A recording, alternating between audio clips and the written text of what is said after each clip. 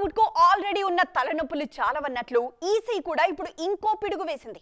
అక్కడ ఎన్నికల స్కెడ్యూల్ వచ్చిందో లేదో నిర్మాతలకు కంటి మీద నిద్ర లేకుండా పోతోంది. ఇప్పుడు దెబ్బకి రిలీజ్ డేట్స్ మార్చుకోవాల్సి వచ్చేలా ఉంది.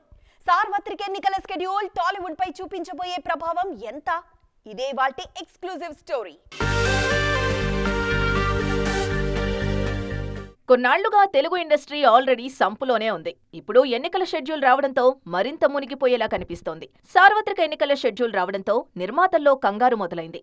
ఏప్రిల్లోనే అంతా అయిపోతుందనుకుంటే నెల ఆలస్యం కావడంతో అప్పుడు షెడ్యూల్ చేసిన సినిమాలకు తిప్పలు తప్పేలా లేవిప్పుడు. ఆల్రెడీ సమ్మర్ ని ఎన్నికల కారణంగానే వదిలేశారు పెద్ద హీరోలు. ఇప్పుడొచ్చినా ప్రమోషన్ చేసుకోలేం, వచ్చినా లేనిపోని తలనొప్పులొస్తాయని వదిలేశారు. సమ్మర్ తర్వాత చూసుకుందామనుకుంటే అప్పుడు ఐపీఎల్ ఉంది.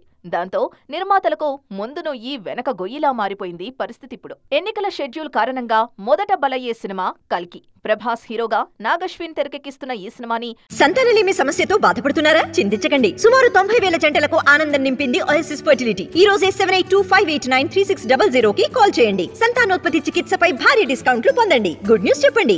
మే 9న విడుదల చెయ్యాలనుకున్నారు. కానీ మే 13న ఏపీ, తెలంగాణలో పోలింగ్ ఉంది. అంటే ఎలక్షన్ ఫీవర్ పీక్స్ లో ఉండే టైం అది. అప్పుడసలు సినిమా చూసే మూడ్ లో ప్రేక్షకులు ఉంటారా అనేది డౌట్. అందుకే ఖచ్చితంగా పోస్ట్ పోన్ చేసుకోవాల్సిన పరిస్థితి వచ్చింది. మే 13న పోలింగ్, జూన్ 4న కౌంటింగ్. అంటే ఈ 20 రోజులు పొలిటికల్ ఫీవర్ తప్పదు. అందుకే కొత్త ప్రభుత్వం వచ్చే వరకు కొత్త సినిమాల్ని తీసుకురాకపోవడమే మంచిదనుకుంటున్నారు మేకర్స్.